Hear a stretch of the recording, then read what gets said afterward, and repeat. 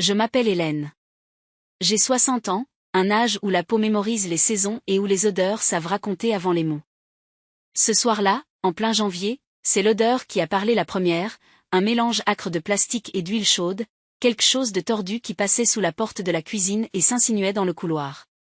J'ai coupé la radio, posé la tasse de tisane, avancé d'instinct vers la source. Le carrelage était tiède sous mes chaussettes. Quand j'ai ouvert, la poêle oubliée sur le feu faisait un cœur incandescent, et la hotte aspirait déjà des filaments de fumée comme si elle mâchait un nuage. J'ai tendu la main vers le bouton, puis tout a accéléré, un souffle, un claquement de graisse, la flamme a pris les rideaux comme on attrape une écharpe qui pend. On ne réfléchit pas au juste ordre des choses dans ces secondes-là. On devient un corps qui bouge. J'ai saisi le torchon, raté, juré tout bas, reculé, et mon propre souffle a nourri le feu. Le plafond s'est mis à crépiter comme du bois mouillé qu'on force à chanter. Alors j'ai fait ce qu'on m'avait répété lors des affiches de l'immeuble, fermer, alerter, s'éloigner. J'ai refermé la porte pour étouffer, tâtonner pour le téléphone, taper 18. Ma voix m'a semblé venue de loin quand j'ai donné l'adresse à l'opérateur, lui parlais doucement, posais des questions qui m'amarraient au réel, étage, accès, interphone. Dans le miroir de l'entrée, j'ai vu une femme décoiffée, la bouche entr'ouverte, un manteau trop fin sur une robe polaire. J'ai pris les clés, la sacoche où dormait ma police d'assurance, et je suis sorti dans la nuit, l'écharpe à peine nouée. La cage d'escalier sentait encore la peinture fraîche, j'ai frappé chez les voisins pour prévenir, une porte s'est ouverte au ralenti, un regard s'est montré, puis refermé avec un « ça va », précipité. J'ai poussé la lourde. L'air froid s'est jeté sur moi comme un seau d'eau. Les pompiers sont arrivés avant la peur. 2 camions rouges plantés au pied de la résidence, gyrophares qui repeignaient les façades, silhouettes en casque courant dans un balai parfaitement réglé. On m'a demandé si quelqu'un était à l'intérieur, j'ai dit non, la voix cassée. Une femme en blouson bleu marine m'a posé sur une marche, a vérifié ma respiration, m'a tendu une couverture de survie dont le froissement imite la pluie. Le chef de garde a monté avec 2 hommes, un tuyau a serpenté sur les dalles, brillant sous la lumière tremblante. Très vite, l'escalier s'est rempli d'une odeur plus lourde, une odeur d'objet devenu fumé. Je n'ai pas pleuré tout de suite. Cela m'a surprise, la facilité avec laquelle un incendie déplace les priorités. J'ai pensé à mon carnet de recettes, aux cartes postales de bord de mer que Julien m'envoyait quand il avait 20 ans et que tout lui semblait possible, à la nappe à pois que je gardais pour les dimanches. J'ai pensé au petit placard où je gardais, armagnac tendre, des bougies parfumées à la fleur d'oranger. Je voyais tout, mais comme si cela arrivait chez une autre. Le médecin des pompiers m'a passé le saturomètre au doigt, m'a dit de respirer doucement, que j'avais de la chance d'avoir fermé la porte. J'ai hoché la tête, la couverture glissait sur mes genoux, le froid passait malgré tout. Une bénévole de la Croix-Rouge est arrivée avec un thermos. Elle a versé un chocolat chaud dans un gobelet en carton, m'a demandé mon prénom comme on demande la main pour traverser la rue. Hélène. Elle a noté sur une fiche, m'a expliqué qu'il pouvait prévenir le CCAS, qu'il y avait des solutions d'urgence pour les premières nuits, des nuits qui ressemblent à des couloirs. Je sais depuis longtemps que les mots administratifs sont des radeaux, on s'y agrippe sans les aimer, on leur en veut et on leur dit merci quand même. J'ai donné mon numéro, ma date de naissance, j'ai éplé mon nom. Les gyrophares tournaient encore et j'entendais, à travers la porte de l'immeuble maintenue ouverte, la respiration des hommes au travail, l'eau battant comme un tambour contre la graisse ancienne des murs. Quand ils m'ont laissé remonter, l'appartement avait changé de siècle. Le couloir était noirci comme une photographie ancienne, la cuisine gardait des fantômes de placards, et sur le sol, mes carnets s'étaient recroquevillés en petites bêtes effrayées. La table n'était plus qu'un rectangle charbonné planté comme une tombe au milieu. J'ai reconnu la forme d'une cuillère soudée au carrelage, une carte postale du Gros du Roi collée à la faïence, une tasse fendue qui me regardait avec son œil d'émail. On m'a dit de ne pas toucher, de laisser l'expert venir constater. J'ai posé ma main sur le chambranle calciné de la porte, la chaleur y vibrait encore comme un cœur obstiné. En redescendant, j'ai croisé le regard d'un voisin qui portait un sac poubelle. Il a murmuré quelque chose comme « courage » avant de filer. Dehors, la nuit avait gagné un poids nouveau. La bénévole m'a reparlé du centre communal d'action sociale, m'a dit qu'il me rappellerait au matin, qu'il fallait déclarer le sinistre dans les 5 jours, joindre des photos si je pouvais, que l'assurance, valeur à 9, n'était pas une baguette magique mais aidait à repartir. J'ai pensé à ma vieille cafetière, à mes torchons rapiécés, à la petite chaise jaune où s'asseyait ma petite fille Oé quand elle venait peindre des soleils au milieu de l'après-midi. J'ai pensé à Julien, qui dormait sûrement, et j'ai décidé de ne pas l'appeler tout de suite. On ne réveille pas un fils la nuit où l'on perd sa cuisine, on prend d'abord acte que la vie vient de déplacer les meubles. Il était près de minuit quand on m'a autorisé à entrer quelques minutes pour récupérer quelques affaires dans la chambre épargnée. L'odeur avait traversé les murs, ce mélange de suie et de plastique qui colle à la gorge. J'ai ouvert l'armoire, pris 2 pulls, une robe, des sous-vêtements, et la petite valise à roulettes qui me suit depuis des étés simples. Dans le tiroir de la table de nuit, ma sacoche d'assurance m'attendait, avec les papiers que je garde trop soigneusement selon les moqueurs et qui, ce soir-là, ressemblaient à un fil tendu au-dessus du vide. J'ai ajouté mon carnet d'adresses, celui où l'encre bave parfois mais où chaque ligne garde la chaleur d'une main serrée. Quand je suis sortie, la rue était plus silencieuse. Les pompiers rangeaient, les tuyaux buvaient leurs dernières gouttes, quelqu'un fermait une porte de camion d'un geste précis. La bénévole m'a demandé si je voulais qu'on appelle un taxi, j'ai dit non, que je marcherais un peu. Le froid piquait, mais il nettoyait aussi. À chaque pas, je comptais sans le vouloir, une chaise, 2 torchons, 3 casseroles, 4 cartes postales, 5 dimanches. Compter, c'est tenir debout quand on n'a plus de table. À l'angle de l'avenue, j'ai levé les yeux vers mon balcon, dans le reflet des fenêtres d'en face, j'ai vu la lueur des gyrophares courir encore, comme un dernier battement. Je ne savais pas encore où je dormirais. Je savais seulement que demain, il faudrait parler à des voix neutres, réunir des preuves, répondre à des mecs qui disent, cordialement, sans rien sentir. Je savais aussi que, quelque part à Cergy-Village, une petite chaise jaune m'attendait peut-être au fond d'un placard, et que des bras que je croyais sûrs auraient à choisir entre la peur du désordre et la mémoire d'une mère. J'ai serré la poignée de ma valise. Le trottoir brillait, propre et froid. J'ai pensé, on commence toujours par sortir. Le reste viendra. Le matin a commencé par une sonnerie inconnue. Un numéro en 08 s'est affiché sur l'écran ébréché de mon téléphone. J'ai répondu depuis le banc de la résidence, la valise contre le mollet, la couverture de survie pliée sur mes genoux comme une feuille d'étain. Une voix claire s'est présentée, votre assurance habitation. Nous ouvrons le dossier sinistre. Déclaration sous 5 jours, Madame Hélène, avec photo si possible. Un expert sera mandaté. Il y a une franchise, vous le savez, l'option relogement n'apparaît pas à votre contrat. Les mots sont tombés selon leur ordre administratif, sans cruauté, mais lourds comme des clés qu'on vous rend quand la porte n'existe plus. On m'a demandé mon RIB, mes dernières factures, la liste de ce qui, à ma connaissance, était détruit.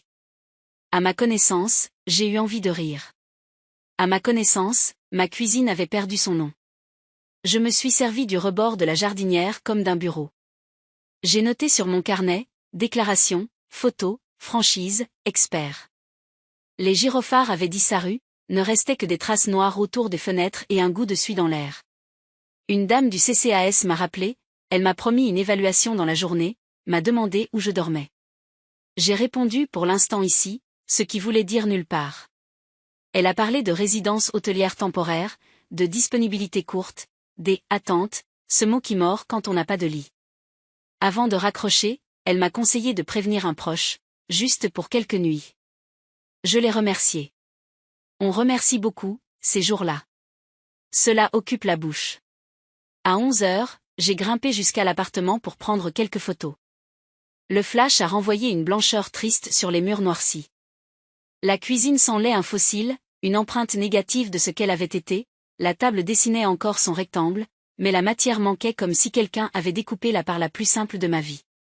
J'ai photographié les restes de la hotte, les placards ouverts sur le vide, les chaises devenues silhouettes. Dans la chambre, j'ai empilé 2 pulls, roulé une paire de chaussettes, glissé une rosse à cheveux dans la valise. La poignée a grincé. La suie collait aux doigts. J'ai fermé. J'ai écrit sur mon carnet, photo OK. La cage d'escalier m'a rendu à la rue. Je me suis arrêté au kiosque pour acheter de quoi recharger ma carte de bus. La vendeuse a regardé mes mains noires, a tendu un paquet de lingettes sans rien dire. Je l'ai remerciée, encore.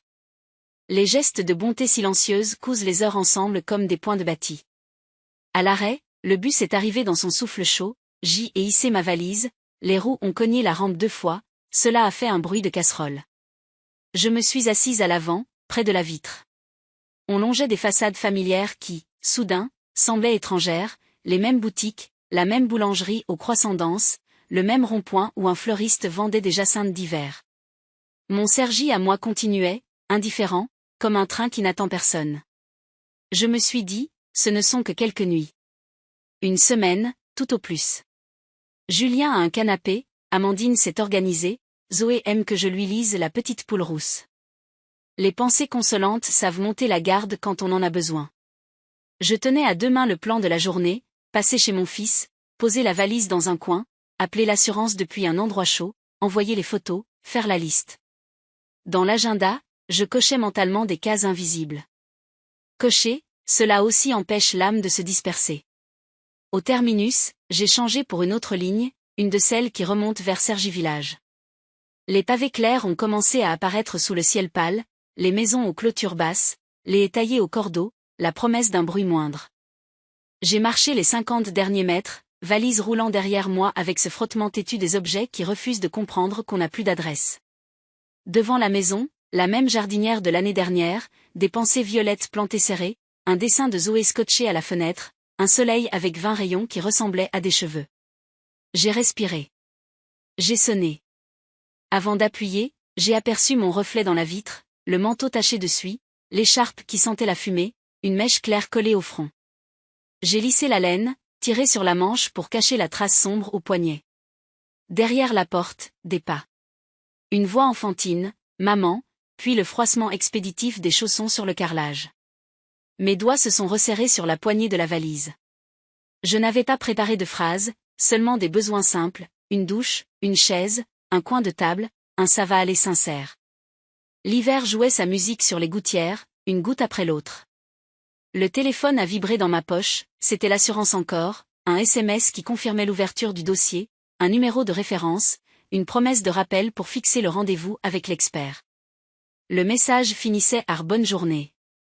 J'ai pensé à l'ironie de ces formules qui arrondissent les angles. On les invente pour des gens comme moi, qui attendent dans le froid avec une valise et qui glissent sans bruit d'une case à l'autre dans des logiciels. Je n'en voulais à personne. Je voulais un seuil à franchir, un peu de chaleur, une voix connue. La porte a remué. Les verrous ont fait ce bruit de gorge métallique qui a toujours quelque chose de définitif. Je me suis tenue droite, comme on se tient pour une photo d'identité. Dans ma tête, j'ai revu le visage de Julien, cet air sérieux qu'il avait enfant quand il apprenait à nouer ses lacets, j'ai revu sa main qui serrait la mienne dans la rue des Galets quand il avait peur des chiens. Je me suis dit, il est devenu père, il sait. La main qui déverrouillait. On ne laisse pas la mer dans le vent quand le vent sent la cendre. Entre mes doigts, le papier du carnet s'est un peu froissé. J'y avais noté au stylo bleu, déclaration, faite. Photo, faite. CCAS, rappel fait. Il manquait, toi, trouvé. J'ai levé la tête. Les pas se sont arrêtés juste derrière la porte. Une ombre a glissé dans le judas. La poignée a tourné un quart, puis s'est arrêtée comme un souffle retenu. Une seconde, je me suis cru devant les rideaux de ma cuisine, juste avant la flambée. Les secondes qui précèdent quelque chose ont toujours la même texture, une matière dense, légèrement collante, où la pensée s'enfonce et bat des cils. Je n'avais pas d'autre plan. J'avais pris soin, une fois encore, de croire à ce qui tenait, les liens, les gestes, la mémoire. Il y a des matins où l'on demande peu, et c'est précisément ce peu qui dit tout. J'ai ajusté ma valise d'une main. J'ai attendu d'entendre le clic familier. Et la porte s'est ouverte sur l'odeur tiède d'une maison du matin, café, lessive, un peu de pain grillé. Amandine est apparue la première, peignée avec cette netteté qui fait croire que les heures obéissent. Son regard a glissé sur mon manteau, s'est accroché à l'auréole sombre sur l'écharpe. Elle a entrouvert davantage, juste assez pour que je voie le tapis du couloir et la petite chaise jaune de Zoé calée près du porte-manteau. La voix de ma petite fille a bondi depuis le salon, « Mamie ». Un pas pressé, puis Amandine a posé la main sur la tranche de la porte comme une barrière douce. Zoé a de l'asthme, Hélène. L'odeur, elle a fait un petit geste circulaire devant son visage, comme pour chasser la fumée qui, pourtant, n'était pas entrée. Ses yeux m'ont évité une seconde, le temps de chercher les mots qui blessent sans s'avouer. On préfère éviter tout déclencheur. Tu comprends. Je n'ai rien dit tout de suite. Mon corps tout entier s'était avancé d'un centimètre, comme si ce centimètre-là avait été la promesse d'une chaise, d'un verre d'eau, d'une douche. J'ai tourné un peu la valise pour qu'elle n'entrave à le passage. La petite chaise jaune, sans raison, me serrait la gorge. C'était un meuble pour accueillir et elle en avait fait un signe d'interdit, près du seuil, mais pas pour moi. Julien est arrivé derrière, essuyant ses mains sur un torchon. Il portait ce t-shirt gris qu'il met les week-ends. Ses yeux ont couru de mon visage à l'écharpe, puis se sont posés sur la main d'Amandine. Il a dit mon prénom 2 fois, à voix basse, « Maman ». Maman, j'ai cru entendre la version d'autrefois, quand il me cherchait dans la foule du marché. Mais la 3e fois, la voix était celle d'un homme qui compose, on est un peu, bousculé. Zoé a mal dormi. Et puis il y a peu de place. Je me suis tenue droite. Mes doigts ont serré la poignée de la valise jusqu'à blanchir les phalanges. J'avais préparé des phrases simples en route, juste quelques nuits, je m'occuperai de moi, je paierai les courses. Des phrases sages, polies, qui se rangent bien dans les oreilles. Elles se sont mises à danser toutes seules dans ma bouche sans trouver d'issue. À l'intérieur, la bouilloire a cliqueté, un bruit si familier qu'il m'a donné envie de m'asseoir par terre. On n'a pas de solution aujourd'hui, a repris Amandine, en articulant chaque mot. Elle insistait sur aujourd'hui comme on étale une crème sur une brûlure, pour que ça ne pique à trop. Demain, peut-être. On peut réfléchir.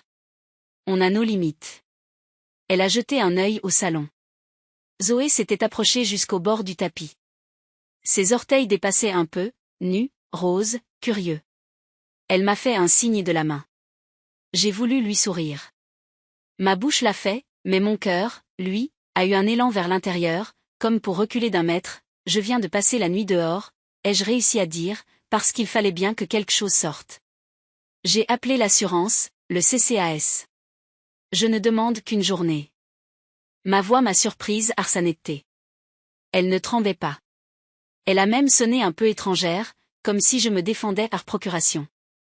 Julien a fait un pas, puis s'est ravisé. Tu peux revenir cet après-midi, maman ?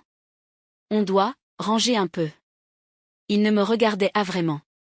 Son ranger un peu m'a rappelé nos dimanches où il cachait la pagaille sous le lit avant que les copains n'arrivent. J'ai pensé, adulte est un mot capricieux. Il croit, parfois, qu'il suffit de se tenir droit pour l'être. Un frisson a couru dans mon dos. La porte, toujours tenue par Amandine, ne s'ouvrait ni ne se fermait, cette position inconfortable des choses hésitantes. Là, sur le paillasson, je ne savais plus si j'étais dedans ou dehors. J'ai senti l'acidité de la suie remonter de mon manteau, un parfum de veille et de perte. J'ai vu mon reflet dans la vitre, une femme aux traits tirés, qui ne demandait pas grand-chose et à qui l'on rappelait, doucement, qu'elle demandait déjà trop. Une voix a salué derrière moi. La voisine d'en face sortait une poubelle. Elle a ralenti en nous voyant, le sac suspendu au bout du bras, le regard trop vif de ceux qui veulent ne pas regarder. Amandine a baissé encore la voix, on te fera une place, quand l'odeur sera partie. Tu peux comprendre ça. J'ai pensé à toutes les fois où j'avais lavé, essuyé, aéré, frotté de mes mains pour que les choses sentent le propre quand Julien était petit. Et c'était à moi qu'on expliquait l'air. Je peux prendre une douche, ici, me changer et repartir, ai-je proposé, dernier angle où poser une dignité. Je n'ai besoin que d'1 heure. J'avais froid. Je n'osais pas demander un café, de peur d'en désirer 2. Ce n'est pas possible, a dit Amandine, sans dureté mais sans faille. L'humidité, les vapeurs. Zoé a sa séance de kiné-respi à midi. On ne veut pas déclencher quoi que ce soit. Elle m'a tendu un sac en toile qu'elle avait dû préparer pendant que je montais l'allée. Des vêtements propres. Gelés et lavés 2 fois. Tu vois ? Et quelques biscuits. Et du gel douche. Elle souriait maintenant, un sourire de solution. Le sac pesait comme une petite excuse. Je l'ai pris. Le tissu était doux. Dedans, j'ai senti l'odeur de leur lessive, cette odeur qui fait que certains linges sont une maison. J'ai dit merci. On dit beaucoup merci quand on tient un sac censé remplacer une poignée de main. Zoé, derrière, a répété mamie d'une voix plus basse, comme si le mot, déjà, devait apprendre à ne pas sortir. Julien a ajouté, on se voit tout à l'heure, d'accord ? Je t'appelle. Il a voulu faire ce geste vers mon épaule qui, jadis, me redressait les jours de fatigue, mais sa main est restée suspendue, puis s'est rabattue contre sa cuisse. Le geste inachevé de ceux qui croient encore que le temps va ranger ce que l'instant défait. J'ai hoché la tête. Un mot s'est présenté, a frappé contre mes dents, a demandé à sortir. Il disait, chez moi à brûler. Mais je l'ai avalé. Ce genre de phrase ne convainc pas, il accuse. Et je ne voulais pas accuser, je voulais entrer. Amandine a doucement rapproché la porte de son montant. Le battant a caressé l'air, puis a trouvé sa place. Avant qu'il ne se ferme tout à fait, j'ai croisé ses yeux. Ils n'étaient pas méchants. Ils étaient remplis de peur bien tenue. La peur du chaos, la peur de la maladie, la peur de l'imprévu qui bouscule les plannings et les respirations. C'est une peur respectable. Elle ne vous laisse juste à passer. La serrure a dit clic. Le Judas est redevenu un œil vide. Je suis resté une seconde immobile, avec le sac en toile et ma valise, à écouter le son amorti de la bouilloire qui reprenait sa vie derrière la porte. La voisine a toussé, a tiré son sac, a refermé son couvercle avec un claquement. J'ai posé le sac dans la valise, j'ai remonté la fermeture éclair, j'ai repris la poignée. Sur le chemin du portail, j'ai pensé à la première fois où j'avais franchi ce seuil quand ils emménageaient. J'avais amené un cake au citron, on avait ri parce que la peinture mettait du blanc partout, même sur nos coudes. J'ai vu Amandine, ce jour-là, me prendre la main et me dire ici, ce sera chez vous aussi. Les phrases, parfois, retournent à l'état de papier, elles se froissent, elles se tachent, elles ne collent plus. Le froid m'a cueilli au menton. J'ai traversé l'allée, j'ai poussé le portillon. Sur le trottoir, un courant d'air a soulevé un coin de dos de mon manteau. J'ai réajusté mon écharpe, j'ai regardé mes chaussures, la poussière de suie sur le cuir. Mon téléphone a vibré, un SMS du CCAS me proposant un créneau l'après-midi pour une évaluation. Merci, ai-je écrit en retour, comme si quelqu'un allait le lire à haute voix et me répondre de rien avec une chaise dans la voix. Je n'ai pas pleuré. Les larmes sont timides quand la rue vous regarde. J'ai marché vers l'arrêt de bus, la valise rebondissant sur les joints des pavés, et chaque petit choc disait, à la maison, ce n'est pas ici. Devant moi, le ciel s'ouvrait en un gris pâle où l'on aurait pu écrire n'importe quoi. J'ai choisi d'y écrire une ligne simple, trouver un toit pour ce soir. Puis, en dessous, une autre, tenir jusqu'à demain. Je suis allé jusqu'à l'hôtel du parc parce que mon corps, à force de marcher, avait fini par choisir pour moi. La façade beige, un auvent usé, 2 géraniums qui tentaient l'hiver. À l'intérieur, une odeur de cire et de café refroidi. La réceptionniste, une femme à lunettes à chaîne dorée, m'a demandé une pièce d'identité et une carte bancaire. J'ai glissé ma carte sous le plexiglas, j'ai dit d'une voix qui voulait être naturelle, je paierai nuit par nuit. Elle a hoché la tête, a programmé une clé en carton qui a émis un petit bip, m'a tendu un ticket avec le code du Wi-Fi, m'a indiqué l'ascenseur. Petit déjeuner c'est à 9. Elle parlait comme on parle à quelqu'un qu'on ne reverra pas, et c'était doux malgré tout. La chambre m'attendait au 2e. Une moquette un peu râpeuse, un lit étroit, une table en faux bois avec une chaise, une fenêtre sur la cour où s'alignaient des climatiseurs. J'ai posé ma valise, j'ai ôté mon manteau qui gardait sa fumée, je suis allé directement vers la salle d'eau. Sous la douche, l'eau a dessiné des routes noires sur mes bras avant de s'éclaircir. J'ai frotté longtemps mes cheveux jusqu'à sentir, enfin, remonter l'odeur simple du shampoing bon marché de l'hôtel, cette odeur de propre impersonnel qui, ce jour-là, m'a semblé un luxe. J'ai enfilé un pull propre du sac qu'Amandine m'avait tendu, j'ai regardé une seconde mes mains sur la laine, elles tremblaient un peu, comme après une marche trop longue. J'ai ouvert la fenêtre pour chasser un reste de suie, l'air froid a entaillé la chaleur, a posé sa main fraîche sur mon front. Assise sur la chaise, j'ai étalé sur la table mes papiers, police d'assurance, livret où je note ce que je paie, carte d'identité plastifiée qui a tenu bon à tous les déménagements de ma vie. J'ai écrit la liste du nécessaire, brosse à dents, quelques pansements, un gel pour ma cheville qui me lance quand il gèle, un sandwich. La fin tenait peu de place, mais elle avait le mérite d'être claire. Je suis ressorti. À la supérette, le néon bourdonnait comme une mouche. J'ai pris une brosse à dents, un petit tube de dentifrice, un paquet de biscuits, un yaourt à boire, 2 bananes, un gel antidouleur. Des choses légères, faciles à manger seules. À la caisse, j'ai posé les articles sur le tapis. Quand j'ai tendu ma carte, la machine a soupiré, a demandé le code, puis a affiché paiement refusé. La caissière, jeune, a relevé à peine les yeux. On réessaie? Nous avons réessayé. Même message. J'ai senti à l'arrière de mon crâne cette chaleur sourde des colères sans bruit. La caissière a dit, sans insolence, peut-être le plafond hebdo a été atteint. J'ai bafouillé, ce n'est pas possible. Ce mot possible avait perdu son sol. Derrière moi, quelqu'un a fait ce mouvement infime d'impatience, ce déplacement de poids d'un pied sur l'autre qui signifie vite. J'ai ouvert mon porte-monnaie, y ai trouvé des pièces, des billets un peu froissés. J'ai compté, séparé le gel antidouleur du tas, puis les biscuits. Je prends ça, et ça. La caissière a passé, a annoncé le nouveau total. J'ai aligné les pièces. 2 ont roulé sur le tapis jusqu'à l'extrémité, je les ai rattrapés du bout des doigts, comme on récupère une dignité en bord de table. J'ai rangé le panier amputé.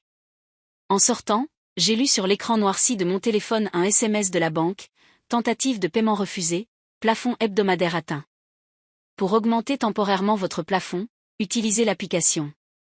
Je n'ai pas d'application. J'ai un téléphone têtu qui sait téléphoner, écrire des SMS, et garder des photos de Zoé devant un manège. Sur le trottoir, j'ai appelé le numéro au dos de la carte.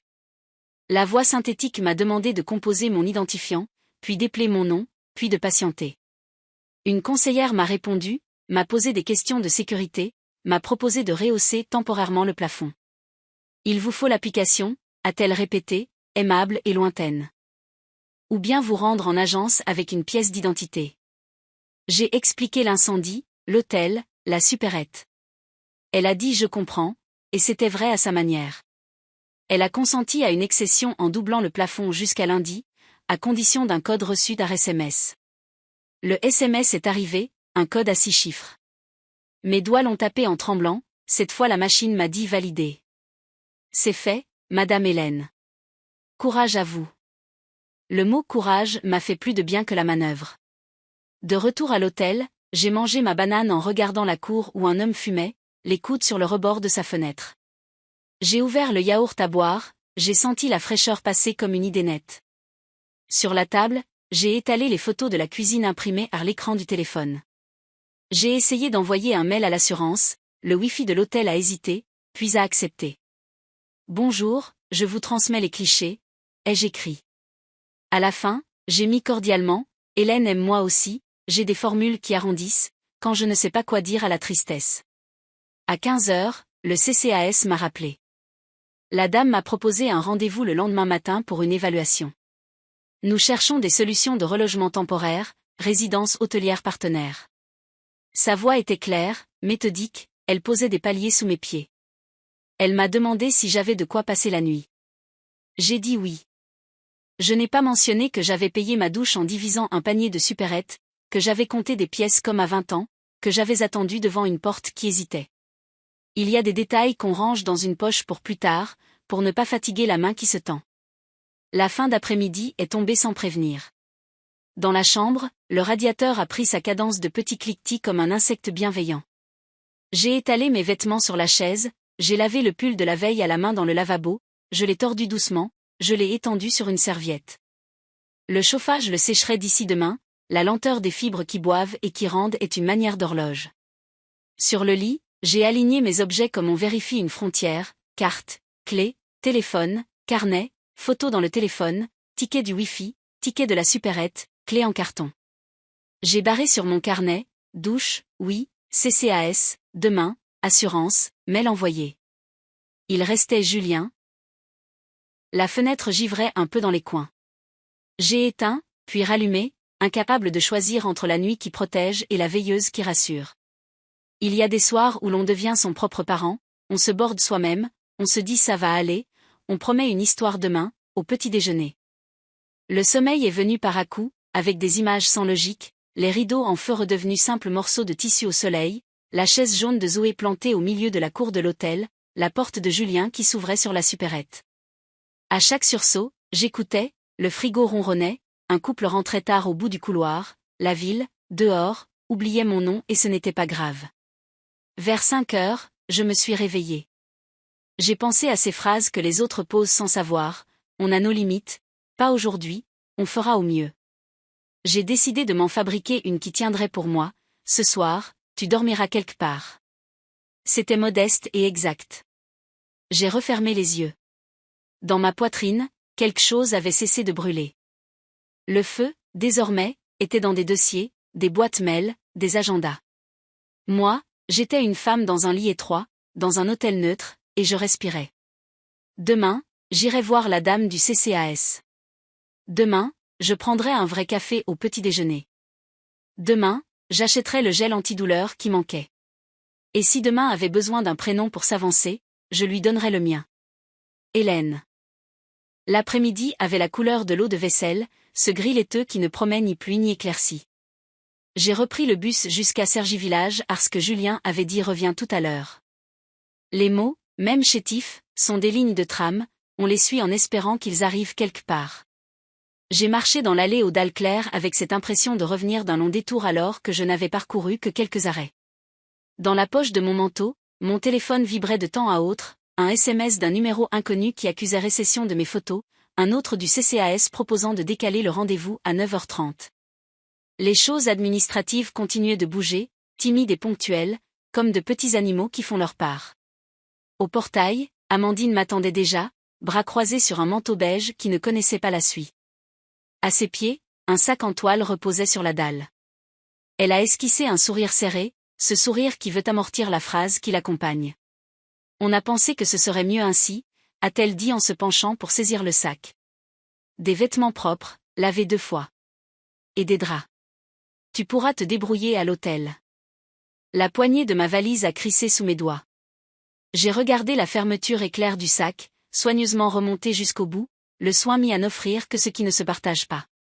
Derrière Amandine, j'ai aperçu la chaise jaune de Zoé, déplacée un peu plus loin, comme si même son bois devait respirer un air protégé. La daie du salon reflétait notre scène, 2 femmes, une clôture, un sac. Julien est là, ai-je demandé, sans m'en rendre compte. Je voulais voir son visage pendant que je rendais mes phrases utiles. Il finit une visio, a répondu Amandine, en jetant un coup d'œil vers l'intérieur.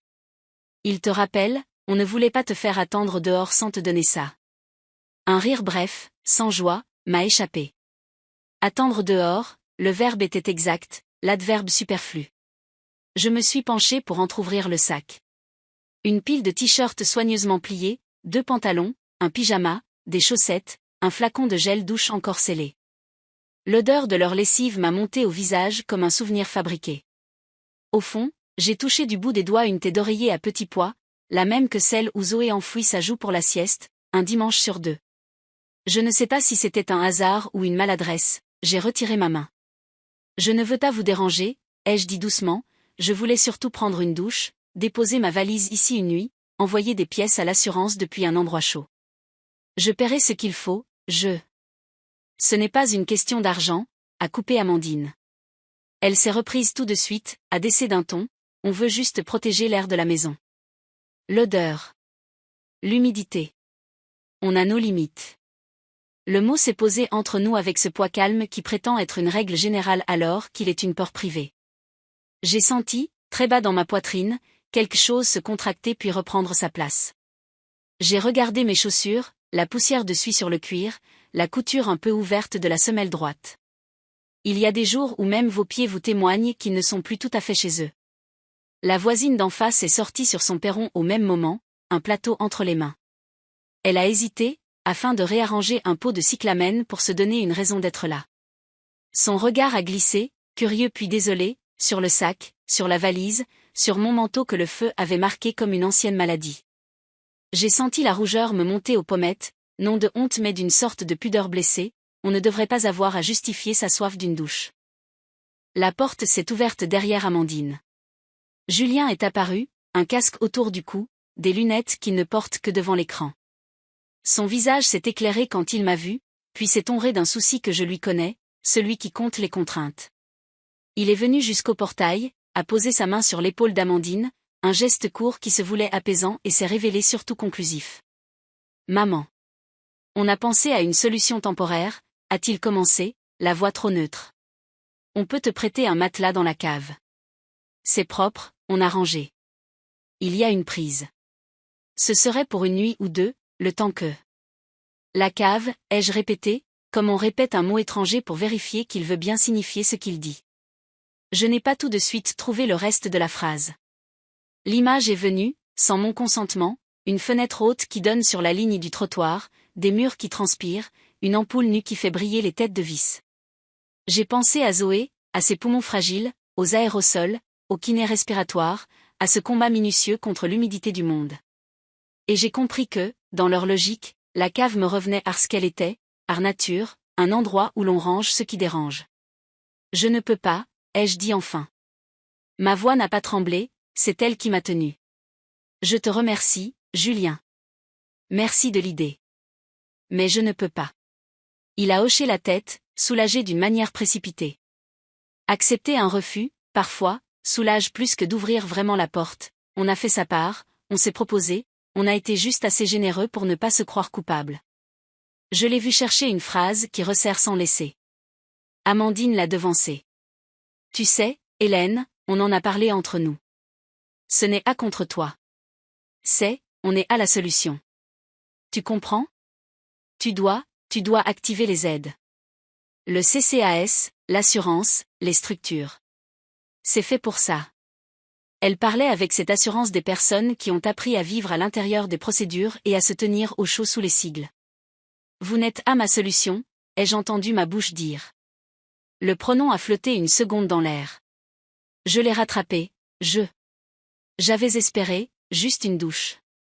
Un petit silence s'est installé, rempli de choses domestiques, le cliquetis de la bouilloire, un jouet qui tombe sur le parquet, la respiration de Zoé quelque part derrière le canapé. La voisine, de son côté, avait cessé de toucher au cyclamen et nous regardait ouvertement. Je n'ai pas voulu être un spectacle, à plus que je n'avais voulu être un reproche. On se voit demain, a dit Julien, comme on pose un couvercle. Je t'appelle après ta visite au CCAS. D'accord, ai-je répondu. J'ai pris le sac qu'Amandine tenait encore. Merci pour le linge. Le tissu a pesé dans ma main comme pèsent les choses propres que l'on n'a pas le droit d'user. Je me suis retournée. Le froid a entaillé la peau au niveau du cou, là où l'écharpe s'ouvre. J'ai avancé d'un pas, puis d'un autre. Mes jambes obéissaient, mais chaque attirait derrière lui un fil qui grinçait. À mi-aller, une voix d'enfant a fendu l'air, « Mamie ». J'ai regardé par-dessus mon épaule. Zoé, debout sur le canapé, agitait la main avec cette joie neutre des très petits, pour qui toute porte fermée est encore une promesse de jeu. Amandine s'est précipitée pour la descendre, doucement, sans brusquerie. La porte s'est refermée sur cette précipitation douce. Au portail, j'ai retrouvé le trottoir comme on retrouve une habitude. La voisine a posé son plateau sur sa rambarde. Elle a dit courage sans y mettre d'emphase, et je l'en ai remerciée avec la même discrétion. À la station de bus, j'ai déposé le sac dans ma valise et j'ai levé la tête vers le ciel qui s'ouvrait d'un gris plus clair, le genre de ciel dont on ne sait pas s'il annonce la neige ou la patience. J'ai respiré par le nez. L'odeur de suie s'était atténuée, remplacée par ce mélange de terre humide et de lessive qui appartient au quartier où l'on étend le linge près des cuisines. Dans l'autobus, je me suis assise à l'avant. 2 lycéens riaient fort au fond, une femme apprenait une poésie à son enfant à mi-voix, un homme en costume consultant son agenda a raté son arrêt. La vie continuait et, soudain, je lui ai su gré de n'avoir pas tout à fait le temps de s'arrêter pour moi. Mon téléphone a vibré encore, un mail de l'assurance me demandant si possible un inventaire des objets détruits. Chaque fois, le si possible me semblait une politesse adressée à ce qui n'existait plus. J'ai répondu que je ferais au mieux, que l'expert était attendu, que je n'avais pas, pour l'heure, la tête aux listes. À l'hôtel, la réceptionniste m'a souri avec ce respect discret des personnes qui voient passer la fatigue sans la commenter. J'ai remonté le sac dans la chambre, j'ai rangé les vêtements d'Amandine dans le placard, j'ai choisi un t-shirt blanc qui sentait leur maison, je l'ai posé sur la chaise. L'odeur m'a piqué au cœur. Je me suis assise au bord du lit. Il m'a fallu un long moment pour comprendre que ce picotement-là n'était pas une nouvelle brûlure, c'était simplement la preuve qu'un morceau de douceur avait traversé la clôture sans autorisation. Le soir est tombé tôt, comme il arrive l'hiver quand on a des choses à se dire à soi-même. J'ai attrapé mon carnet. À la ligne du jour, j'ai noté « Retour maison Julien, sac, cave, non ». Phrase « On est à la solution ». Réponse « Tenir ». Puis, en dessous, Demain, CCAS, 9h30. La mine de mon crayon a griffé un peu le papier à cet endroit, comme si elle voulait y creuser un passage. En éteignant, j'ai pensé à la cave. Non pas pour la refuser une seconde fois, mais pour en prendre la mesure exacte. Certaines propositions, même tristes, nous aident à comprendre ce que nous ne serons plus. Je ne dormirai pas dans un endroit sans fenêtre. Je ne serai pas le rangement du rez-de-chaussée. Je ne serai pas la peur bien tenue d'une maison trop nette. Je me répétais cela comme une prière brève, sans colère et sans éclat. Cela s'est installé en moi avec la fermeté d'un petit verrou. Je me suis endormi sur cette phrase, demain, une chaise t'attend quelque part. Et si elle n'existe pas encore, tu la poseras toi-même. Le matin a commencé par une lumière laiteuse qui s'infiltrait entre les rideaux de l'hôtel.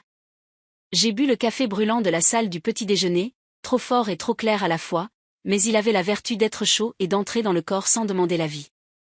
À 9h30, j'étais au CCAS. Une femme aux cheveux courts m'a reçu dans un bureau au mur crème, un calendrier de chat, une plante grasse qui survivait par ostination. Elle a posé des questions droites, nom, âge, sinistre, ressources, besoins immédiats. J'ai répondu avec des phrases que je découvrais en les prononçant. Elle a tapé, les lettres sont apparues sur l'écran avec la lenteur rassurante des choses qui s'inscrivent. On peut envisager une résidence hôtelière à Saint-Ouen-l'Aumône, a-t-elle dit, 4 semaines renouvelables. J'ai 2 places qui se libèrent peut-être dans 10 jours. En attendant, on maintient l'hôtel d'urgence ici, nuit par nuit. Elle parlait doucement et chaque mot, même administratif, venait soutenir la planche sur laquelle je marchais. À midi, je suis sortie avec une feuille pliée en 3, un numéro à appeler, un dossier en cours et la sensation concrète d'avoir gagné une marche. Dans ma poche, le téléphone vibrait, un courriel de l'assurance accusait récession des photos et réclamait, si possible, un état estimatif des biens détruits, même approximatif. Même approximatif, j'ai pensé à mes casseroles, à la cuillère soudée, à la petite chaise jaune de Zoé qui n'était pas à moi et qui pourtant me manquait comme si je l'avais perdue. Je me suis dirigée vers la médiathèque de Cergy. L'intérieur sentait le papier tiède et la poussière noble des lieux qui gardent les voix. Une bénévole m'a prêté un poste informatique. Vous pouvez scanner ici, enregistrer là, envoyer de ce côté. Sa voix avait la compétence calme des personnes qui savent poser des marches pour les autres.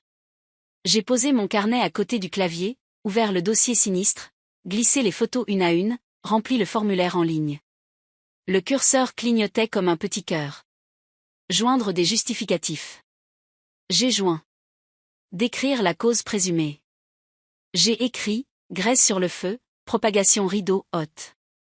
Mes doigts, encore un peu noirs dans les creux des ongles, semblaient écrire pour une autre point entre 2 pages, j'ai feuilleté mon carnet d'adresses, celui dont le dos craque un peu comme les vieux livres qui s'entêtent.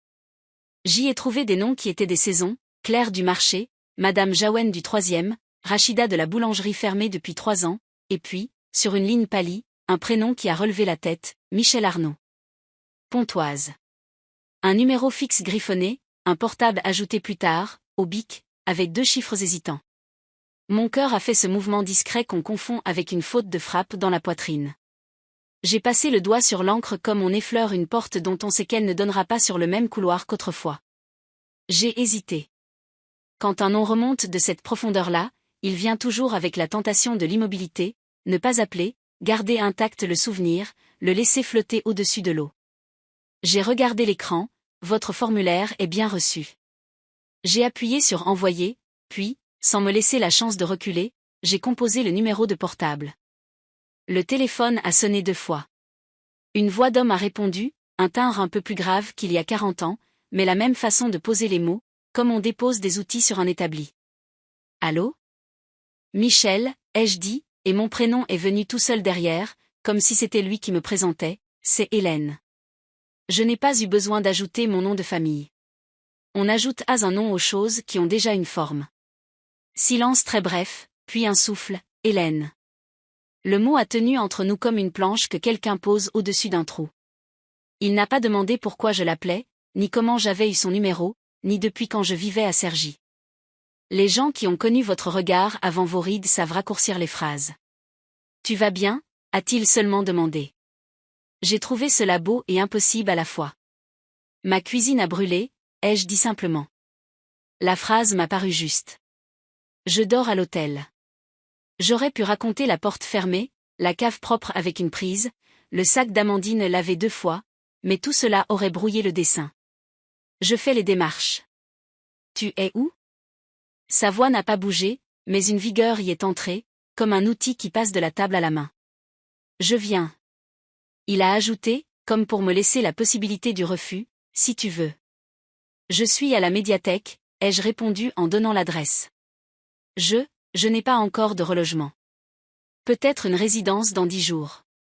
On s'est dit à tout à l'heure sans ces promesses téméraires qui engagent plus que des jambes. J'ai coupé.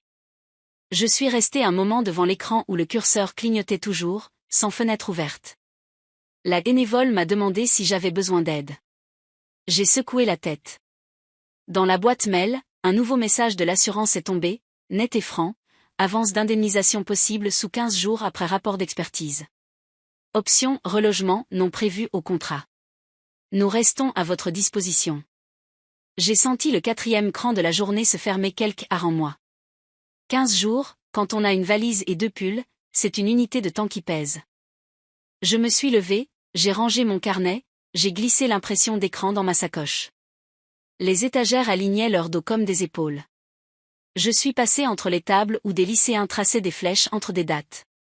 À la sortie, le froid m'accueillit, mais il paraissait moins hostile, il disait des choses simples que je comprenais, couvre-toi, marche droite, respire. Dans l'après-midi, j'ai pris le bus jusqu'au centre commercial pour acheter ce que je n'avais pas pu prendre la veille, le gel pour la cheville, un petit savon qui ne sent presque rien, une paire de collants épais. À la pharmacie, la pharmacienne a remarqué la suie dans la jointure de mes doigts. Elle m'a tendu une crème réparatrice en disant, sur la peau, le feu reste un peu. Ce un peu m'a paru d'une justesse entière. J'ai payé d'une main qui retrouvait sa force. De retour à l'hôtel, j'ai croisé dans le hall un homme en parka qui s'est arrêté pour laisser passer ma valise. Il a dit madame, comme on dit pardon. Le monde, ce jour-là, était rempli de personnes qui s'écartaient pour laisser ma petite roue grincer sans faire de bruit avec leur bouche. Dans la chambre, j'ai posé mes achats sur la table. La lumière de fin de journée glissait sur le faux bois. J'ai reçu un SMS, expert mercredi 10h. Bien à vous. Un autre du CCAS, résidence hôtelière, en attente retour place. On vous rappelle. Je me suis surprise à aimer ces messages nets, qui ne promettent à l'impossible. Vers 17h, j'ai entendu la pluie commencer sur les climatiseurs de la cour. Elle dessinait des ronds réguliers dans une flaque que je n'avais pas remarqué le matin. J'ai ouvert la fenêtre, le froid s'est engouffré et avec lui une odeur brute d'eau sur le métal. Je me suis souvenu des dimanches où, avec Julien Petit, nous comptions les gouttes sur la vitre en inventant des courses, la goutte du haut gagnait presque toujours parce qu'elle avait plus de poids. Mon téléphone a vibré. Je suis devant la médiathèque. On m'a dit que vous étiez parti. Où puis-je te retrouver? C'était Michel. J'ai répondu hôtel du Parc, suivi de l'adresse. Il n'a pas posé de questions. J'arrive, a-t-il écrit. J'ai fermé la fenêtre, j'ai passé un pull propre, j'ai noué l'écharpe, la même qui gardait encore, par endroits, la trace muette du feu. J'ai descendu les 2 étages. Dans le hall, le miroir près de l'ascenseur m'a renvoyé une femme droite, un peu trop mince dans son manteau, mais dont les yeux n'étaient pas éteints. J'ai pensé, on n'a pas besoin d'être neuve pour être vivante. Dehors, la pluie pliait les passants en 2. Une voiture grise s'est arrêtée, les phares ont cligné, un rat a fait un signe. Il est sorti, a contourné le capot, a soulevé d'une main ma valise comme on soulève une chaise. Son visage avait la patine des bois sur lesquels on a passé la main toute une vie, rien de lisse, beaucoup de tenue. Bonsoir, Hélène. Il ne m'a pas enracé. Il m'a simplement tenu le regard une seconde de plus qu'un inconnu. Cela suffisait. Tu veux rester dans la voiture ou boire quelque chose quelque part? Sa phrase donnait de l'air. Je voudrais, j'ai cherché. J'ai vu la cour de l'hôtel, la flaque, la table en faux bois, le gel pour la cheville, la feuille pliée en 3 du CCAS, les mailles de l'assurance, la porte de Julien, la chaise jaune. Je voudrais m'asseoir, ai-je dit. Juste m'asseoir et ne pas compter. Il a hoché la tête. On va s'asseoir. Il a ouvert la portière. Dans l'habitacle, ça sentait le bois frais, un parfum de surpropre. Nous avons roulé quelques minutes jusqu'à un café qui ne faisait pas de manière. À travers la vitre, la ville avait la douceur fatiguée des soirs d'hiver. Je me suis dit qu'il y a des jours où la vie, pour continuer, demande seulement une table stable et 2 mains pour entourer un verre. Le reste, les experts, les avances, les délais, les sigles, viendraient à sa vitesse. J'avais poussé ma pierre du matin jusqu'au soir. Pour le moment, je m'asseyais. Et quelqu'un, en face, s'asseyait aussi. Nous avons choisi une table proche de la vitre embuée. Le serveur a posé 2 verres d'eau, puis, sans attendre notre commande, a laissé le temps s'asseoir avec nous. Michel tenait sa tasse de ses mains larges, celle d'un homme qui a porté du poids et appris à ne plus forcer. Il n'a pas posé de questions indiscrètes, il a écouté, la tête un peu penchée, comme on écoute une planche qui craque pour savoir où poser la prochaine vis. J'ai raconté sans enjoliver, la flamme qui prend, le 18, l'hôtel, l'assurance, le CCAS, la porte de Julien, la cave propre, avec une prise, le sac lavé 2 fois. Les mots, à sa hauteur, perdaient leur caractère d'accident et devenaient des faits. C'était supportable. Je peux t'emmener à Pontoise, a-t-il dit simplement quand nous avons fini nos cafés. J'ai une chambre d'amis. Tu restes le temps de l'expertise. On mettra au clair les papiers. Tu n'auras pas à compter les pièces pour du gel. Il n'offrait pas de miracle, il proposait un plancher. J'ai regardé ses mains sur la tasse vide, la cicatrice fine près du pouce gauche, souvenir d'une lame trop vive. Nous n'avions rien à prouver à personne, seulement une chaise à 2. Quelques jours, ai-je répondu. Le temps que ça se mette en place. J'ai senti en moi ce déclic d'outils bien rangés, la décision, une fois prise, ne grince plus. La pluie a cessé pendant que nous roulions. Sur les quais de l'Oise, la lumière rase faisait briller les flaques comme des pièces tombées d'un autre ciel. Sa maison se trouvait un peu à l'écart, façade claire, persienne délavée, une cour où un figuier noir disait l'hiver. À l'intérieur, l'odeur de bois frais était plus nette encore, tranchée d'un parfum de café. Une chienne pie, taille moyenne, s'est avancée en battant de la queue, curieuse sans excès. Capucine, a dit Michel. Je me suis penché, j'ai posé une main sur son crâne, la chaleur simple d'un animal a remis mes épaules à niveau. La chambre d'amis donnait sur le jardin. Un lit au drap blanc, un couvre-lit bleu passé, une lampe avec un abat-jour en lin, une petite table où quelqu'un avait posé un verre d'eau et une prise multiple. J'ai déposé ma valise au pied du lit, j'ai posé mon manteau sur le dossier d'une chaise. Dans la glace de l'armoire, mon visage avait quitté la pâleur de l'hôtel, la fatigue restait, mais elle n'était plus cet avis d'expulsion. Tu t'installes, a dit Michel depuis le seuil. La salle de bain est au fond du couloir. On déjeune quand tu veux. J'ai de la soupe. J'ai acquiescé, le mot soupe a glissé en moi comme un pansement tiède. La cuisine était vaste, plan de travail en hêtre, casserole pendue, fenêtre sur le figuier. Il a sorti une cocotte, l'a posée sur le feu, la vapeur a embaumé l'air d'un fumet d'oignon et de laurier. Nous avons mangé en silence, cette bonne faim sage des journées qui ont tenu debout. Après, il m'a montré l'atelier au fond de la cour. La sueur couvrait le sol d'une poussière blonde, douce comme une farine. Des planches claires appuyées au mur attendaient leur destin de table ou d'étagère. Sur l'établi, des outils alignés, rabots, ciseaux, serre-joints. J'aime savoir où sont les choses, a-t-il soufflé en riant. J'ai pensé que ce souci-là, discret et ferme, était une forme d'amour qui ne demande rien. Nous avons étalé mes papiers sur une table nue, police d'assurance, photo, accusé de récession, le mail de l'expert mercredi 10h, la fiche du CCAS, mon carnet avec ses lignes inégales. Michel a sorti un classeur, des intercalaires, un stylo qui écrit bien. On classe, sinistre, assurance, relogement, familial, a-t-il proposé. Sa main posait des titres qui, pour la première fois depuis la nuit, donnaient des frontières à ce qui m'emportait. J'ai respiré plus profond. Nous avons numéroté les pièces, agrafé ce qui devait l'être, glissé les doubles dans une pochette. J'ai eu le sentiment enfantin et précieux de faire d'état. Quand la vie se renverse, faire d'état vous rend une parcelle de maîtrise. Avant la fin d'après-midi, un SMS de Julien, tout va bien? Tu as vu le CCAS? On s'appelle ce soir. Un autre, d'Amandine, plus sec, Zoé a été perturbée.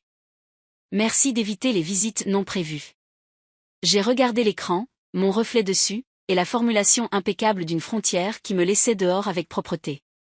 Je n'ai pas répondu tout de suite. J'ai posé le téléphone. Michel n'a pas demandé qui écrivait. Demain, je retournerai à l'appartement pour récupérer 2 choses avant l'expert, ai-je dit. Mon carnet de recettes et un cadre.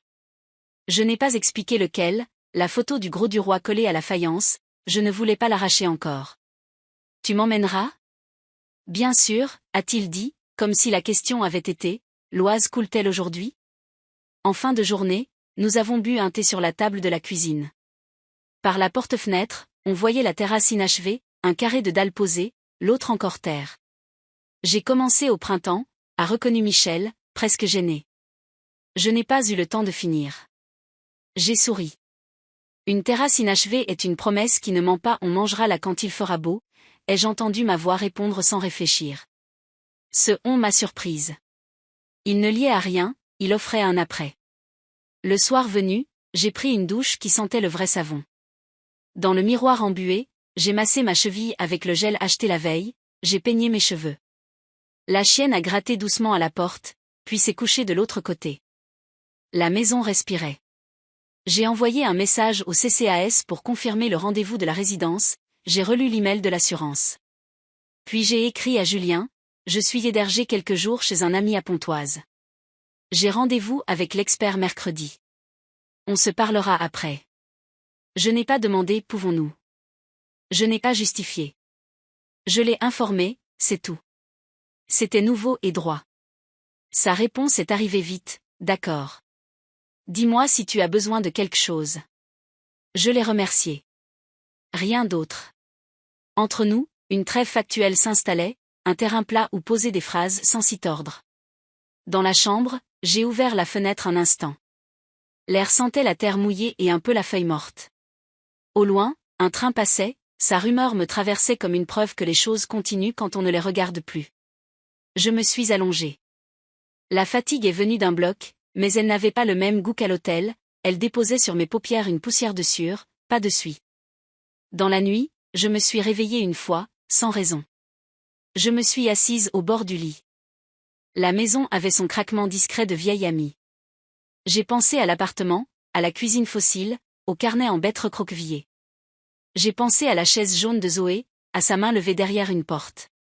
Il n'y avait ni colère ni supplication. Seulement cette ligne claire que je m'étais promise, je ne dormirai pas dans une cave. Je me suis répété la phrase, non pour la graver, mais pour l'habiter. Elle s'est tenue debout en moi, comme un petit piquet planté dans une terre humide. Au matin, je suis descendue avant Michel. J'ai trouvé, sur la table, un petit mot écrit au crayon, pain au four, café à côté, prends ton temps. Un sourire m'est venu malgré moi. J'ai allumé la bouilloire. À la fenêtre, la terrasse inachevée prenait un air de scène prête. Une mésange s'est posée sur le figuier, a tordu la tête pour m'examiner. Je lui ai rendu sa curiosité. Dans le classeur, les intercalaires alignés me souhaitaient une journée lisible. Ce n'était pas rien. Quand Michel est entré, il a simplement dit, on passe à l'appartement après le déjeuner ? J'ai acquiescé. Les choses trouvaient leur ordre, récupérer ce qui peut l'être, se tenir droite devant l'expert, puis laisser les délais venir. Je me suis versé une tasse. La chaleur a traversé mes doigts jusqu'au cœur. On n'a pas besoin de beaucoup pour recommencer, une table stable, quelqu'un qui n'a pas peur de votre suie, et la décision, en soi, de ne pas rétrécir. Nous sommes retournés à Cergy en fin de matinée.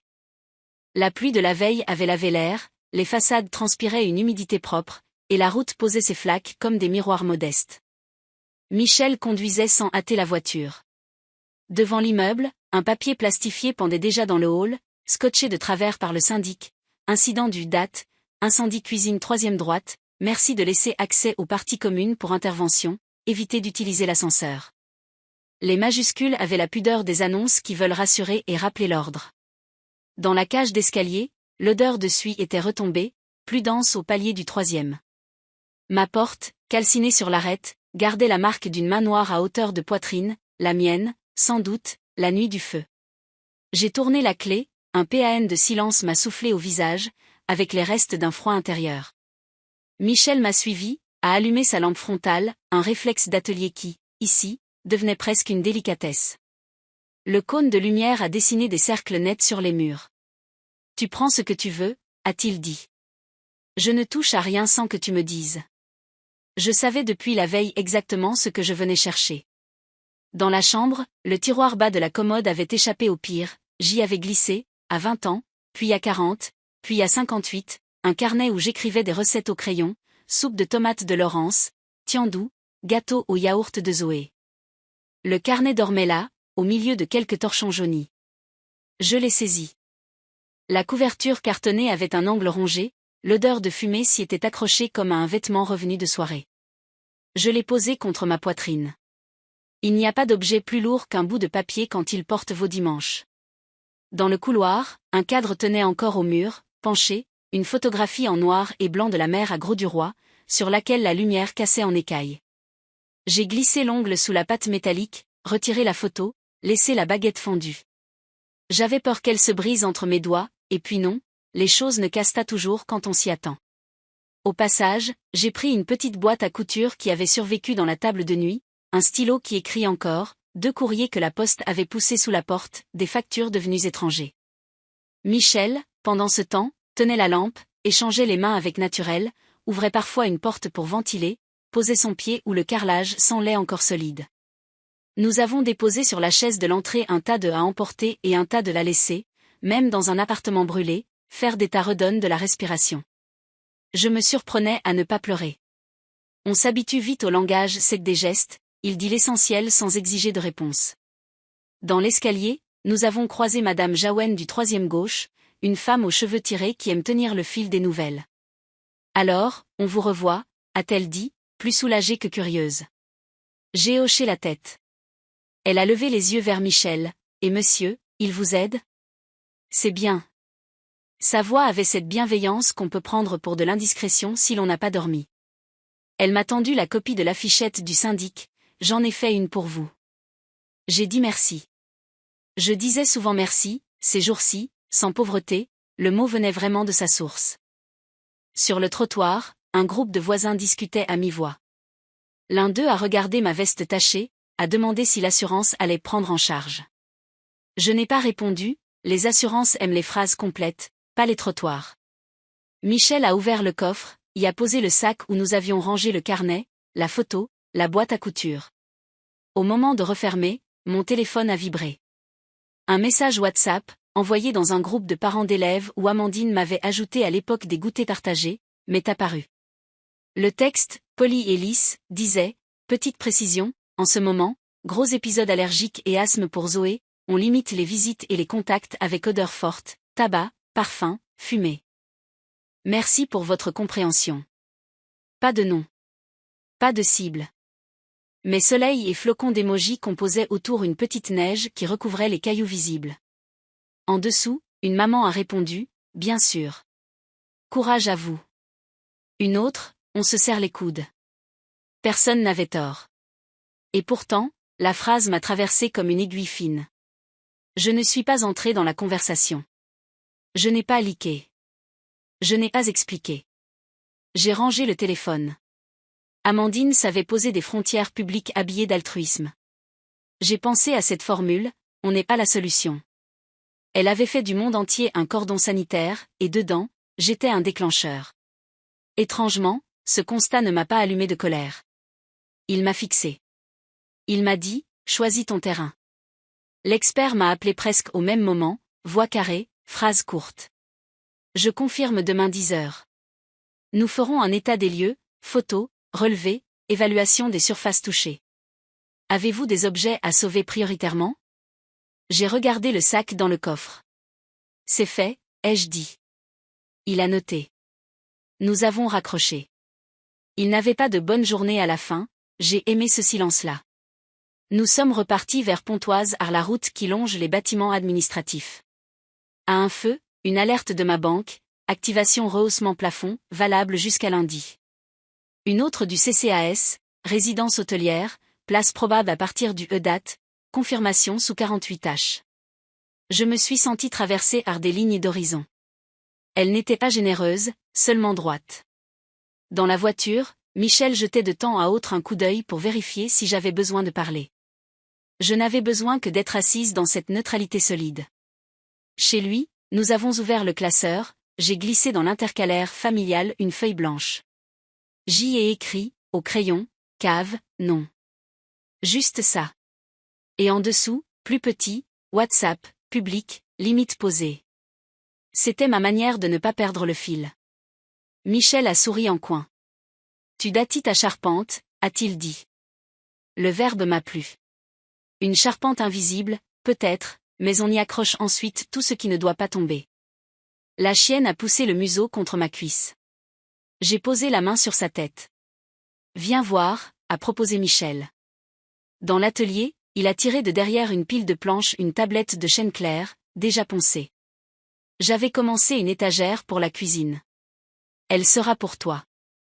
Pour ton carnet de recettes. Il n'y avait pas de promesse emphatique, juste l'ajustement d'un objet à une absence. Je l'ai regardé travailler un moment. Le bruit du rabot sur le bois me calmait comme une respiration régulière dans la pièce d'Alexandra côté. Il a mesuré, tracé, percé. Des copeaux se sont enroulés en ruban blond, tombant à terre avec un bruit de papier froissé. On la fixera dans ta future cuisine, a-t-il ajouté, ou ici, si tu veux. Je n'ai pas su quoi répondre. J'ai pensé à toutes les choses qu'on croit perdues et qui, loin d'être remplacées, se traduisent, un carnet brûlé devient une planche patiemment lissée, un dimanche fumant devient un café tiède sur une table propre. En fin d'après-midi, j'ai appelé Julien. Il a décroché vite. Sa voix avait un souci épais qui tentait de s'organiser. Comment ça va? J'ai récupéré 2-3 choses, ai-je dit. L'expert c'est demain à 10h. Le CCAS me propose une résidence à Saint-Ouen-l'Aumône à partir de la semaine prochaine. J'ai gardé ma voix plane. Je suis chez un ami pour quelques jours. Bien, a-t-il soufflé, comme si l'accordéon qu'il tenait dans la poitrine s'était plié d'un cran. Tu veux que je vienne demain? J'ai hésité une seconde, cherchant si sa présence m'aiderait, à quoi? Se sentir excusé, soutenu, surveillé? Ce n'est pas nécessaire, ai-je répondu.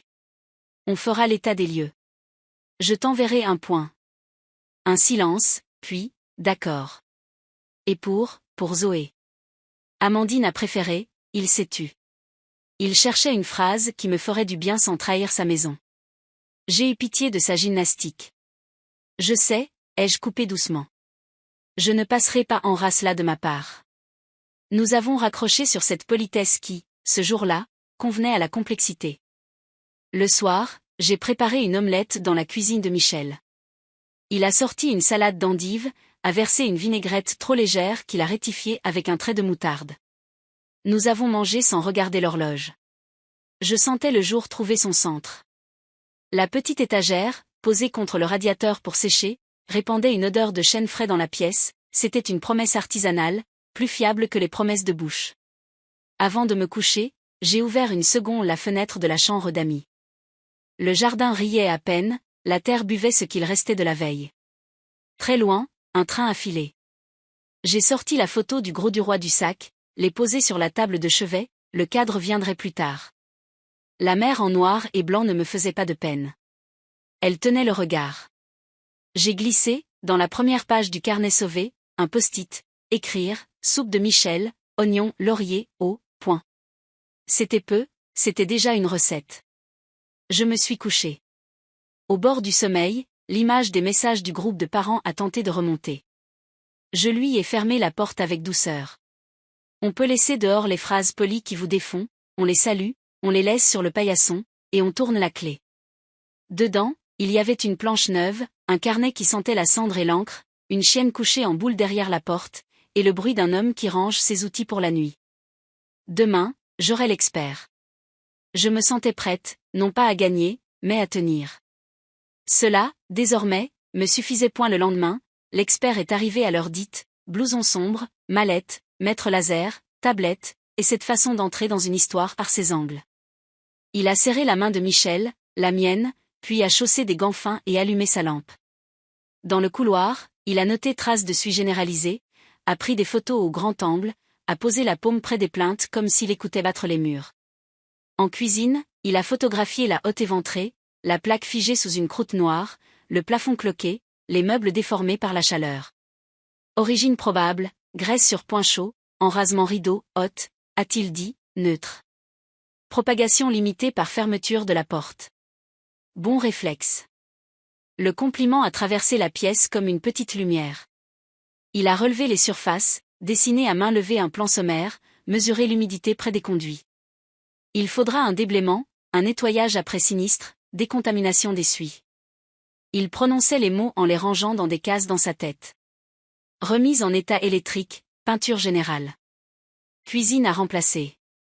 Il m'a demandé si je souhaitais une indemnisation en nature, la venue d'un prestataire mandaté, ou en espèces, sur devis. J'ai regardé Michel, sa présence posait un poids égal dans la pièce. En espèces, je crois. Je verrai. L'expert a hoché la tête. Rapport sous 10 jours, a-t-il ajouté. Une avance est envisageable des réceptions. Il a noté mon RIB. Je l'ai vu cocher sur sa tablette des rubriques qui avaient, pour lui, des trajectoires très nettes avant de partir. Il a conseillé, fermer l'appartement, éviter d'y rester longtemps, aérer sans excès. L'odeur peut s'incruster. Il avait raison. Même mes épaules sentaient encore la nuit. Nous avons remercié. Dans l'escalier, il a croisé Madame Jaouen, lui a dit bonjour madame, rien de structurel, pas d'inquiétude pour la cage. Elle s'est détendue d'un cran visible et a promis un gâteau quand tout sera arrangé, promesse qui flotte, mais qui tient place. Dehors, le ciel s'était déplié d'un gris clair qui n'engageait à rien. Mon téléphone a vibré, mail de l'assurance, prise en charge confirmée, avance possible à récession du rapport. Un autre du CCAS, résidence hôtelière confirmée à Saint-Ouen-l'Aumône à partir de lundi et date, 4 semaines renouvelables. La phrase, si simple, a posé une chaise sous mes jambes. J'ai respiré. On y est, a dit Michel sans emphase. Oui, on y était, pas à la fin, mais à cet endroit où l'on voit la suite comme une ligne droite, même si elle est encore loin. Nous avons fermé l'appartement. La clé a résisté un peu avant d'accepter le tour complet. En descendant, j'ai glissé la main sur la rampe, surprise d'éprouver une gratitude vague pour ce métal qui, lui, n'avait brûlé que de froid. Au pied de l'immeuble, un camion d'intervention s'installait pour vérifier les conduits. Les hommes parlaient entre eux à voix basse, avec ce sérieux tranquille des métiers utiles. À Pontoise, Michel a reposé le classeur sur la table. J'ai glissé, derrière l'intercalaire assurance, la copie de la confirmation CCAS. Le classeur, désormais, avait sa propre respiration. Tu restes ici jusqu'à lundi, a-t-il dit. Après, on fera la navette. Sa manière d'énoncer les jours donnait envie d'être la personne à qui l'on énonce des jours. L'après-midi, j'ai reçu un message de Julien, on peut passer te voir ce soir? Zoé voudrait te faire un dessin. J'ai relu. Les mots étaient simples, mais j'y ai lu l'effort, le compromis, la main tendue derrière une autre qui tremble encore. J'ai pensé à la publication dans le groupe de parents, à la cave propre, aux limites. J'ai répondu, ce soir, pas possible. Je suis fatigué. Dimanche au parc, si le temps le permet. Pas chez vous, ni chez moi. Au grand air. Je n'avais pas envie de rentrer dans leur maison ni de les voir entrer dans la mienne brûlée. Il fallait un terrain neutre pour que les phrases ne sentent à la suie. Quelques minutes plus tard, Amandine a écrit, depuis le téléphone de Julien, d'accord pour dimanche. On évite les parfums. 10h30. Je n'ai pas souri. J'ai dit oui. La neutralité, parfois, est une victoire. Nous avons passé le reste de l'après-midi à relire la liste des objets détruits, même approximative. Michel, pragmatique, notait en colonne, électroménager, meubles, linge, petit matériel. Je donnais des mots, il écrivait des nombres. Certains chiffres me faisaient rire tristement, combien vaut un torchon rapiécé? D'autres m'étouffaient, le prix d'une cuisine quand on a choisi des tiroirs qui glissent sans bruit. Nous avons laissé des blancs, des avoirs. La vie, de toute façon, n'aime pas les inventaires complets. En début de soirée, j'ai rangé la table, la chienne a posé sa tête contre mon genou. Le téléphone a sonné. Numéro inconnu. Hélène M. Une voix masculine, claire. Le directeur de la résidence hôtelière. J'ai bien reçu la fiche CCAS. Vous pourrez entrer lundi après-midi. Studio meublé, kitchenette, linge fourni. Mobilité, renouvelable mois par mois. On vous demandera une pièce d'identité et une caution symbolique prise en charge par le CCAS. Sa diction mettait des rambardes au bord des marches. Merci, ai-je répondu. Je sentais ma fatigue se réorganiser autour de cette nouvelle point après le dîner, une soupe réchauffée, du pain encore tiède, un morceau de comté, j'ai envoyé à l'assurance l'inventaire approximatif et, dans le même élan, à Julien un ref message, résidence confirmée lundi. Expert passé. On se voit dimanche, au parc. Il a répondu un cœur discret, puis, merci de me tenir au courant. Je me suis surprise à savourer cette sobriété. Entre nous, désormais, le futur avait des heures et des lieux, pas des caves. Dans la chambre d'amis, j'ai ouvert la fenêtre pour une goulée d'air. La nuit sentait la pierre froide. J'ai sorti la photo du gros du roi et l'ai calée contre la lampe. Dans le carnet de recettes, j'ai ajouté, omelette fine, 2 œufs plus trait d'eau, salade d'endives, moutarde plus vinaigre plus huile, pain, four 180 degrés, 8 minutes. Le carnet, sauvé, reprenait son service. Il n'y avait pas de miracle, mais un retour au rang, écrire, même 3 lignes, c'est une manière de remettre des poignées aux choses. Vers 22 heures, Julien a rappelé. Sa voix était plus basse qu'à l'ordinaire.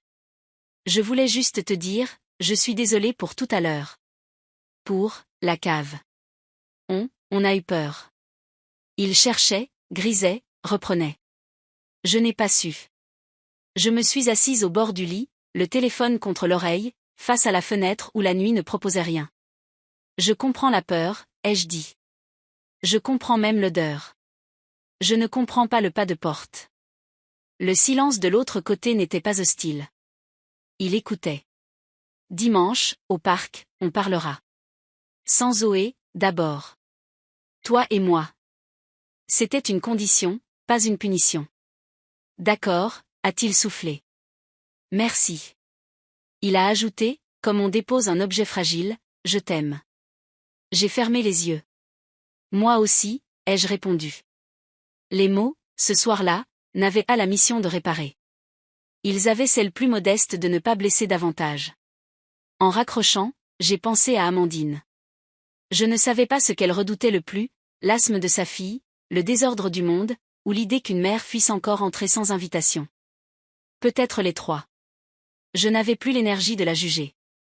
Je choisissais ma place, ni dans leur salon, ni dans leur cave. Une chambre hôtelière lundi, une terrasse à finir au printemps, un parc dimanche. 3 points suffisaient à tracer une figure ou tenir mon nom. Je me suis couché. La fatigue, lourde mais propre, m'a prise sans lutte. Dans l'autre pièce, j'entendais Michel ranger 2 verres, éteindre la hotte, pousser doucement une chaise. Chaque geste avait la douceur objective de ce qui ne promet rien d'autre que d'être fait. Je me suis dit que la vengeance, si le mot devait apparaître dans ma vie, n'aurait pas la forme d'un retour de flamme. Elle ressemblerait plutôt à cette attitude-là, ne pas demander ce qu'on ne peut pas offrir, ne pas s'asseoir là où l'on n'est pas attendu, mais planter sa chaise là où l'air circule et où l'on peut respirer. Demain, j'enverrai le mail final à l'assurance. Lundi, je signerai l'entrée en résidence. Dimanche, je parlerai à mon fils au milieu des arbres nus. J'ai soufflé la lampe. Le noir, ce soir, tenait chaud le dimanche à déplier une lumière grise et honnête. J'étais au parc en avance, assise sur un banc qui gardait encore le froid de la nuit. Les troncs d'hiver se dressaient comme des colonnes sobres, au centre de l'étang, une poule d'eau traçait un sillon net, puis l'eau recollait derrière elle comme si rien n'avait eu lieu. Julien est arrivé seul, les mains dans les poches, ce pas un peu trop rapide de celui qui vient à la rencontre de sa propre faute. Nous avons d'abord marché en silence. Les gravillons sous nos semelles faisaient un bruit de papier froissé. Je n'ai pas su, a-t-il dit enfin. C'étaient 4 mots pauvres, mais justes. Je n'ai pas su recevoir. On a eu peur, on a fermé. Il n'a pas prononcé le nom d'Amandine, il n'en avait pas besoin, leur peur était entremêlée comme 2 fils qu'on ne démêle pas sans couper. On peut rater l'instant où il faut s'ouvrir, ai-je répondu. Mais on n'est pas obligé de faire carrière dans la fermeture. Je parlais bas, parce que la colère, quand elle est propre, ne crie pas, elle tient droit. Nous nous sommes assis. Le banc donnait sur une pelouse où des enfants essayaient de lancer un cerf-volant récalcitrant. Julien a posé ses coudes sur ses genoux. Je viens mardi t'aider à t'installer, a-t-il proposé. Et quand l'expert aura rendu son rapport, je bloque 1 heure, on s'assoit, on regarde chaque ligne. Il parlait comme au travail, mais pour une fois, cela m'a rassuré, l'organisation, mise au service du soin, peut être une forme d'amour. D'accord, ai-je dit.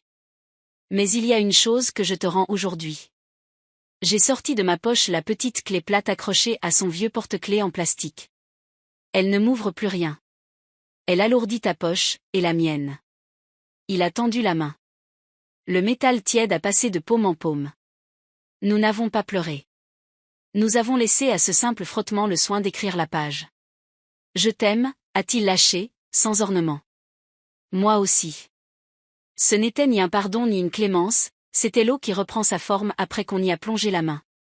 Le lundi, à la résidence hôtelière, on m'a remis un badge, un règlement en 2 pages, un petit plan des sorties.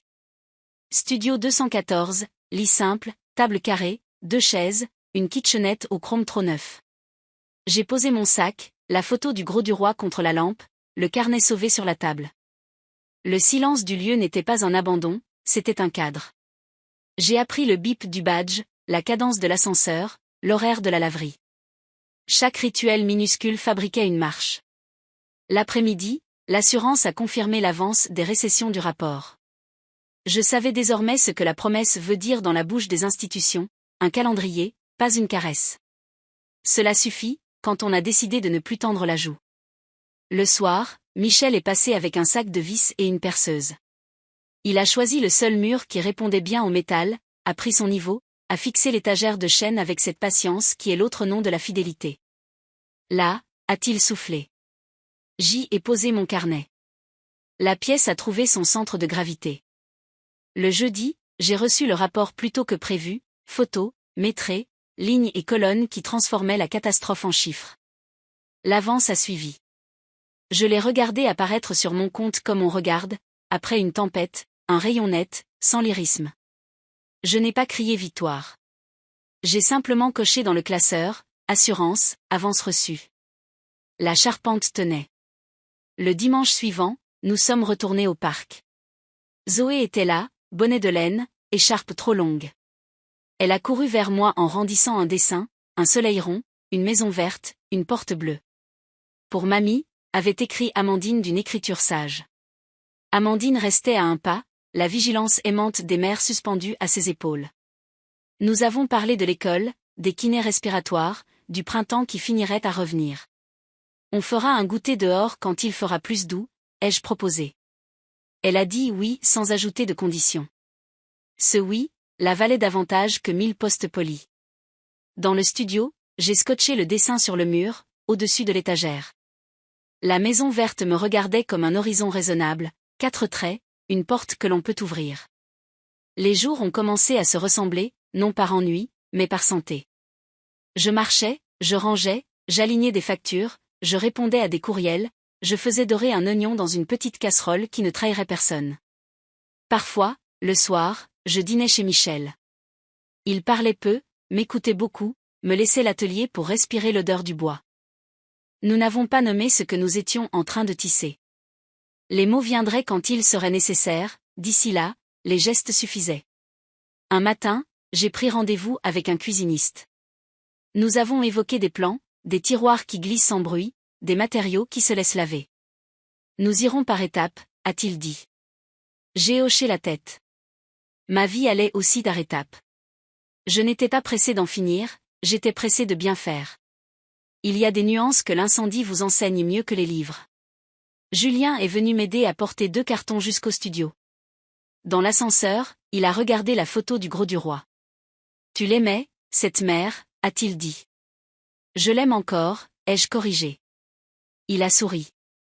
Je te promets une chose, la prochaine fois que tu appelles la nuit, j'ouvre. Même si c'est pour dire, on s'organise demain, mais entre. Je l'ai cru. Les promesses ont une odeur quand elles sont vraies, elles ne sentent ni la peur ni la victoire, elles sentent le pain. En refermant la porte derrière lui, j'ai pensé à la première, celle qui, ce matin-là, en janvier, avait refusé l'évidence d'une douche, d'une chaise. Je n'ai pas voulu réécrire la scène. J'en ai seulement corrigé la place dans ma mémoire. Elle n'était plus la preuve que je n'avais rien, elle était la preuve que j'avais, en moi, un ressort qui me pousserait jusqu'à trouver la clé d'un autre endroit. Le soir, j'ai posé ma main sur l'étagère. Elle avait gardé la chaleur du jour. J'ai écrit dans mon carnet, soupe claire, terrasse à finir au printemps, goûter dehors, Zoé, sans parfum, point. Puis j'ai ajouté une liste, choses qui me tiennent debout, et j'ai noté, sans numérotation, pour ne pas fabriquer de hiérarchie, une table stable, un badge qui bip, une étagère de chêne, 2 vis qui tombent et que l'on retrouve, la voix d'un fils qui revient au tutoiement tendre, un message du CCAS qui dit confirmé, l'odeur d'oignon doré, la main d'un homme qui ne promet pas et qui tient. Cette nuit-là, j'ai dormi d'un sommeil sans bord. Au matin, la fenêtre avait bu la buée, et le ciel se donnait comme une page claire.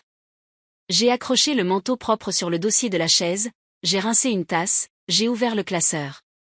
Il ne restait, pour l'heure, qu'à attendre la date de début des travaux. Je n'avais pas peur de l'attente. J'avais appris à vivre à hauteur de siège. Avant de sortir, j'ai pris la photo du Gros du Roi. Je l'ai regardée longtemps. La mer en noir et blanc n'exigeait rien. Elle offrait un rythme.